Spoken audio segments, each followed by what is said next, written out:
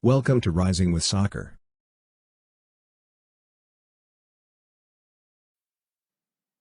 Hello everyone, welcome to game day 3, that is Switzerland versus Turkey from Group A.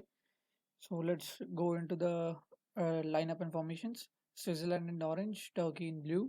Switzerland will be going with their regular formation, that is 3-5-2, with Sommer in goalkeeper, Akanji, Elvedi and Shar in centre back partnerships, then Mbabu in right wing, then Fruler, Shaka, Shakiri and Ricardo Rodriguez were there on left wing. Then coming to the striking partnership, Imbolo and Seferovic will be playing as the striker partners. Both are having good tournament, especially Imbolo because he got a goal.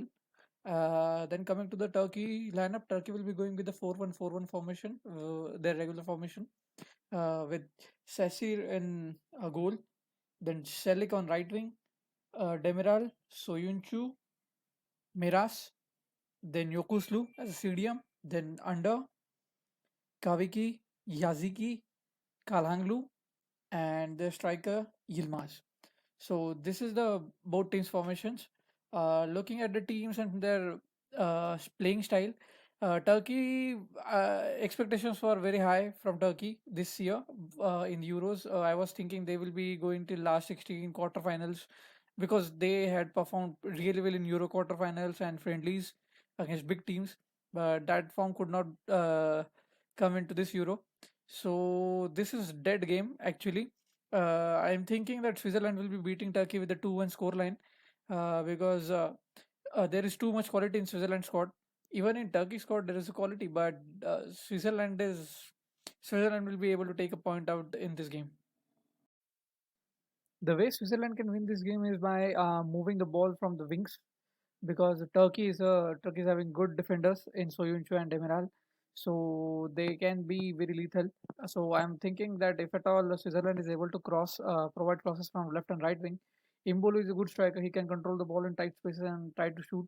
Even Seferovic is having a good shooter. So if at all they are able to provide proper crosses and chances, I'm thinking Switzerland will be scoring goals via that, and also corners because set pieces. Switzerland is very dangerous team. They can score the goals on corners and free kicks. First game against Wales, Switzerland scored a goal via corner only.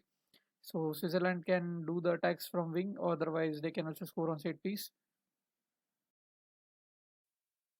Turkey haven't scored in this tournament. They have conceded 5 goals, but have not scored a single goal also. So I'm not sure how Turkey will be able to break down the Switzerland defense. But if at all they are able to do fast counter attack on the right side, because right side is I'm thinking under is very good plan. And if Kalhanglu switches from left wing to central midfield, Kalhanglu under and Ilmaz can produce some quality and create some chances to score the goals. So I'm hoping they will be attacking from the right wing and short passes, 1-2 touches and long shots from this area or shots from the edge of the box or inside the box. They will be able to get the goal.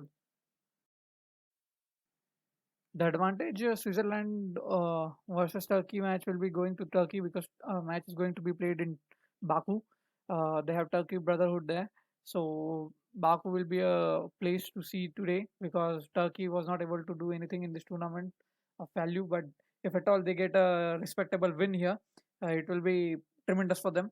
And players to watch out are for Remo Frula, the Atlanta player, very good central defending midfielder, uh, good tackler of the ball. He can provide the long range passes also to Imbolo and Seferovic. So if at all they have to create a counter attack, I think Fruler will be instrumental in that for Switzerland. And coming to the Turkic player to watch is Merik Demiral. Unfortunately, he got a one own goal in the first game. Second game, he didn't start it, but he came as a substitute. I'm hoping he will be starting in his last game, and I'm hoping he will be getting something out of this game so that he gets his confidence back. I'm predicting Switzerland will be winning this game with a scoreline of 2-1. If we see the statistics, Switzerland had a kind of a neutral game because they had position 50% close to passing accuracy was good. They got two corners but could not capitalize on that against Italy. but they tried to take shots.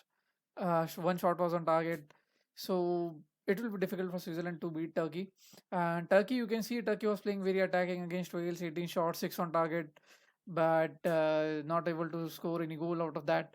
So Turkey would like to score at least one goal in this tournament. Otherwise, it will be very shameful for them for if they are not able to score one goal or so in the whole three games.